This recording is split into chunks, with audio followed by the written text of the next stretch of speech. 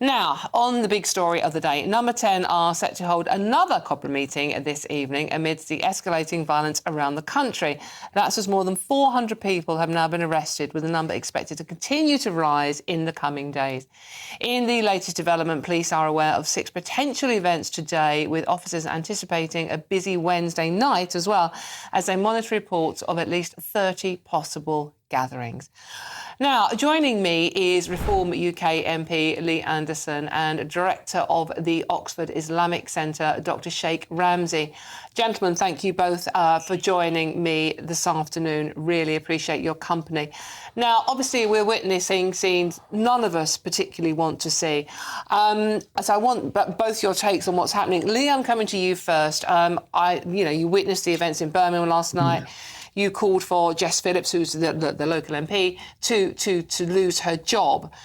Can you explain why you're so angry about, in particular, what you witnessed in Birmingham last night? I'm so angry, Dawn, because since last week, since Sir Keir Starmer made his statement, he seems to have fanned the flames. It's got worse and worse and worse. And we've seen a shocking tweet yesterday by Jess Phillips, who's sort of suggested it's OK to form vigilante groups and actually police your own area. Let me remind Jess Phillips that she's a Home Office Minister. It is the job of the police force to go out and police the streets, not a violent mob of youth. It's a disgraceful statement, and actually, Sir Keir Starmer should sack her straight away. We don't want this sort of divisive dog whistle politics in this country.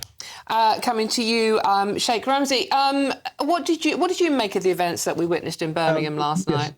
Yes, God bless you. Before I say anything, of course, Mr. Anderson is got it right. The police has to look after these sort of things, and the vigilante cannot be. This is the country which has the greatest police in the world. Therefore, they are very capable to do it, and they will do it step by step. However, it is not right which they encourage the people, Muslim or other ones, to be vigilante and looking after their places. This is wrong. And now what we have. This is, I believe, in my opinion, of course, I believe, of course, Mr. Anderson and Nigel Farage or Reform has some points they want to show, and they want to say situation is like this, and we are not very pleased with it. And of course, we have to agree with part of it. However, not because of they making a riot, going to riot or damaging 30, 40 places of the worship, places of the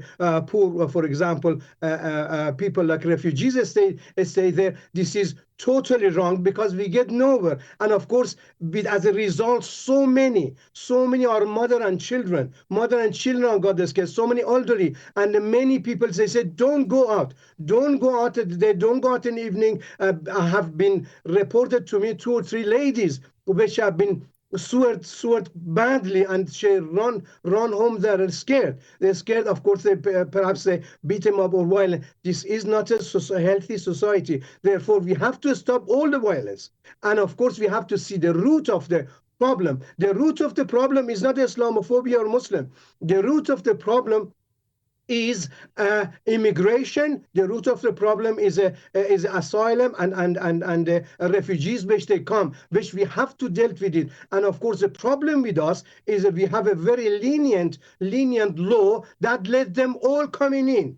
We have to change the law. I'm sure that Reform or other organization, the respectable organization in Parliament, they can change the law and bring a stronger, which they don't come. And the France, which is all to do France, does not let all the people in. They are all they let the people in, and I don't know why, because they want to punish us because we came out of the Brexit or so. They let everybody, since that time they get and this is not right. And of course, we need to make ourselves stronger, the law is stronger, and after that, deal with this one fairly. There is a problem, yes. Lee, would you like to respond? Well, it sounds like he wants to tighten up the asylum laws to me. Did I hear him correctly? Because if he does, it sounds like a fantastic advocate for Reform UK. Maybe he'd like to come and join us and stand at the next general election. It sounds absolutely great, and it makes some really good. But I didn't interrupt you, young man. Gentlemen, one at a time. I didn't interrupt you. I let you speak for about a minute. It's my turn to speak. So no, he makes some really valid points. I like what he's got to say. But look, I would like to see Sir Keir Starmer, Dawn. I would like to see him sit in a room with all these young youths that's been arrested and sit down and actually talk to them and ask them, what's your problem? Why are you doing this? Why are you rioting? Why are you smashing buildings? Instead of talking tough with this two-tier policing that he seems to have adopted and seems to be just locking up one group of people, he needs to actually engage with these people, not run away on holiday or wherever it is, or call these silly Cobra meetings where they're all, it's just an echo chamber. Speak to these young men and ask them what the problem is and maybe get to the nub of the problem. And maybe if he does that, he might actually understand why they're so angry. Sheikh Ramsey, why do you think people are so angry towards the Muslim community in particular? It has been made, of course, with all respect, of course. And as I said, Najaf Raj is a very close friend of mine, but many people hate the Muslim. It is nothing to do with Muslim. Muslim are the people which working together in this country and a part of the foundation for 4 million Muslim, part of the foundation of the country. They working in NHS. They looking after the mother of the Mr. Anderson or Mr. That or Mr. That and Mr. That. They're looking after all. In the teaching, they doing that. If you want to take him up, if you want every day just push him and say, you are bad, you are bad, you are bad, they lose their confidence. We need to unite this country, united. UK is one of the best countries in the world, and we have to keep it like that, united. We cannot go every day to push the people and say point at the people. What we need to do, I said, well, I talked to what they said, of course, Mr. Anderson. They say yes, it is. You have a point. There are a point. Otherwise, they don't go and they are not crazy people going smashing. But let's do it in a civilized manner. Let's do it not my children get scared and your children get in trouble as well. Therefore, let's do it, and God bless all. Please. Lee, I mean, why do you think, same question really, why are people so angry towards the Muslim community? I think, there's a stereotype, I think, isn't there, Dawn? We look at some of the terrorist attacks over the past 20 years. A lot of them have been related to Islamists. We saw the marches on Whitehall just a few months ago, actually, in the last Parliament, where they were shining these graphics onto Big Ben from the river to the sea. We see all this. We see these sort of demonstrations, the pro-Hamas ones, some quite vile chanting. And I think, to be fair to the Muslim population in general, who are, peaceful, 99% are, they sort of get blamed for that as well. And I think it's up to the gentleman here on the show with us today to call this nonsense out. We need more prominent Muslim people to call this nonsense out and actually unite us together, because I'm sure there's a lot of young lads out there, the British working class lads out, throwing stones and damaging things. They're not far-right thugs. They're just, they probably had one too many. To say to you, Lee, I mean, how do you feel about the accusations that, Reform, yourself, Nigel Farage, have been responsible for stirring this unrest, and that constant phrase that's being abandoned all the time now, far-right? Yeah, it's absolute nonsense, Don. This far-right excuse used by Keir Starmer, it's exactly that. It's an excuse. He doesn't know what to do. He's completely clueless. He's got out of hand, so he blames the far-right thugs. Like I said, these young lads that's going out, had probably one too many. They've got involved with the wrong crowd. They're throwing stones. They're damaging stuff. These aren't far-right thugs. They're just young idiots that's got carried away. And to be clear, you wouldn't jail them. You would actually get Keir Starmer sitting down in a room to talk to them and find out what the problem is that's making them do this. If he doesn't do that, then he's going to continue and continue. He's already said our prisons are full. Young lads, young foolish lads, we all do daft things when we're young. And he needs to sit down with them, talk to them, find out what the problem is and try and come up with some solutions rather than just banging them away.